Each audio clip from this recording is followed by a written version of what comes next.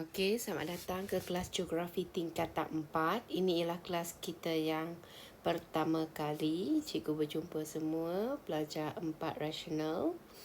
Okey, jadi kamu akan ambil Geografi sebagai subjek elektif kamu.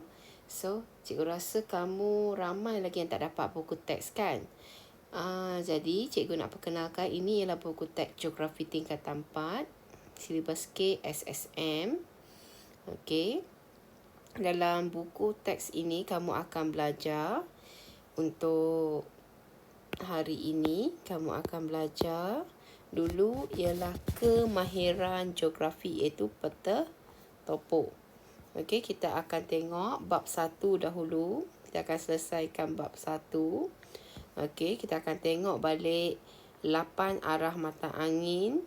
Kemudian menentukan arah lokasi dalam peta topografi. Okey, cikgu akan ajar dua benda ini dahulu untuk minggu ini, untuk kelas kita. Okey, so ada lagi bab 2, skala, jarak dan luas dalam peta topografi. Kita ada ketinggian dan keratan rentas dalam peta topografi, pandang darat fizikal dan pandang darat budaya dalam peta topografi. Okey, kemudian kita ada pergerakan plak tektonik. Ini merangkumi geografi fizikal lah, tadi kemahiran geografi kan. Okey, kemudian kita ada pembentukan dan kepentingan batuan, proses dan kesan luluh hawa. Bab 8, proses dan kesan gerakan jisim. Ada pembentukan dan kelestarian sungai. Bab 10, tindakan ombak di pinggir pantai. Kemudian untuk geografi manusia, kita ada taburan penduduk dunia. Bab 12 kita ada pertumbuhan penduduk dunia. Bab 13 migrasi penduduk. Bab 14 pertempatan. Bab 15 urbanisasi. Dan kita perlu lengkapkan kajian lapangan.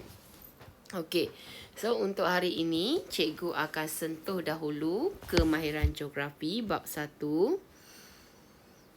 Okey, scroll. Okey, kemahiran geografi peta topografi. Kalau kamu masih ingat, peta topografi ni kamu dah belajar semasa tingkatan 2.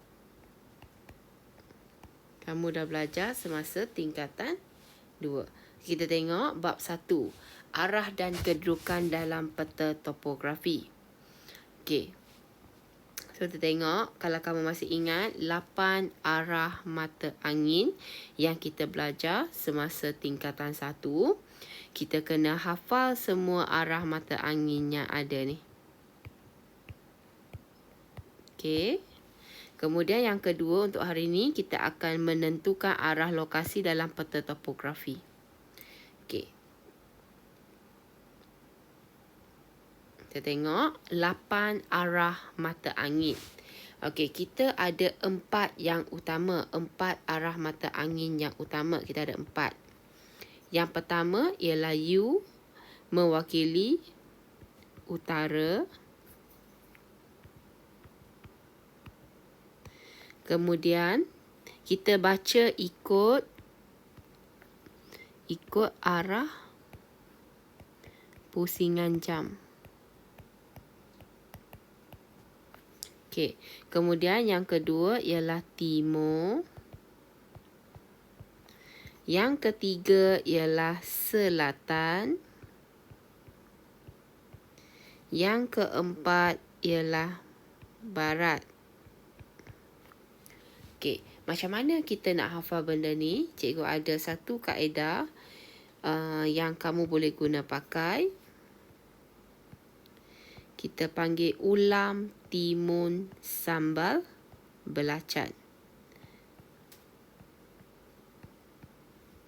Okey.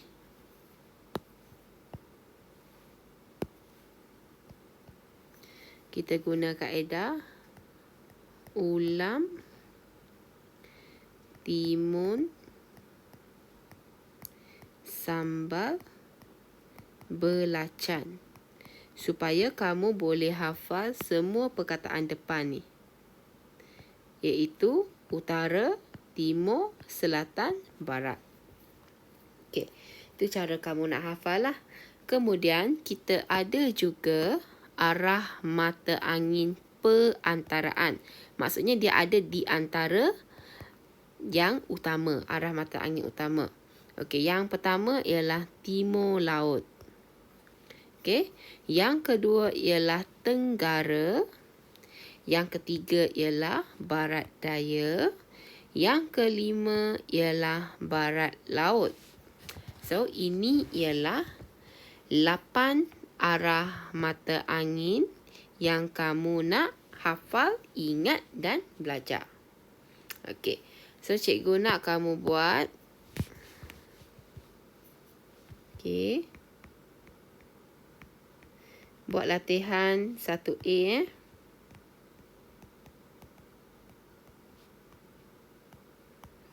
Dalam buku panjang.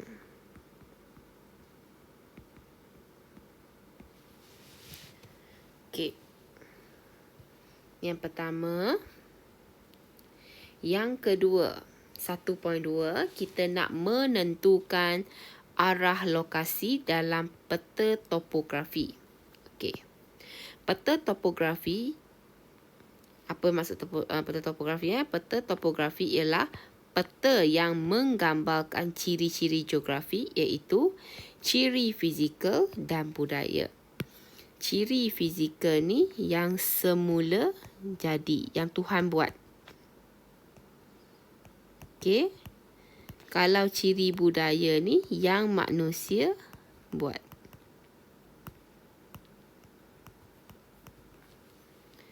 Okey. Berpandukan ciri tersebut, kita dapat menentukan arah dari satu lokasi ke satu lokasi yang lain dalam peta topografi.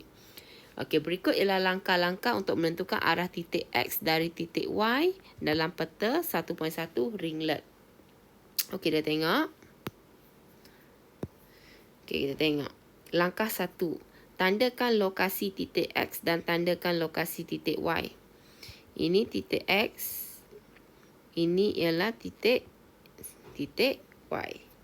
Okey, bila kita dah tanda, langkah kedua, kita akan lukis garisan lurus di antara titik X ke titik Y. Ini ialah garis lurus yang kita lukiskan. Okey, kemudian langkah 3, tentukan arah mata angin di titik Y kerana titik Y merupakan titik rujukan. Bila dia kata Y ialah titik rujukan, maka kita kena buat simbol arah mata angin ini di Y. Okey, so bila kita dah buat, okey, kita akan baca. Arah titik X dari titik Y ialah barat daya. Sebab kita dah tulis siap-siap. Ulam, timun, sambal, belacan. Lepas tu kita isi arah angin perantaraan. Kita dapati X ini berada di barat laut. Okey. Setakat ni cikgu harap kamu faham. Okey. Nanti bila kita ada kelas bersemuka nanti, cikgu akan ajar kamu macam mana kita guna kertas graf untuk membantu kamu mendapatkan arah mata angin ini. Okey.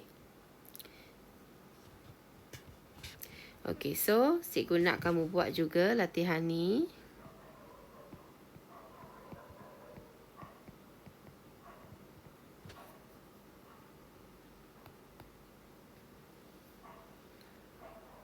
Okey.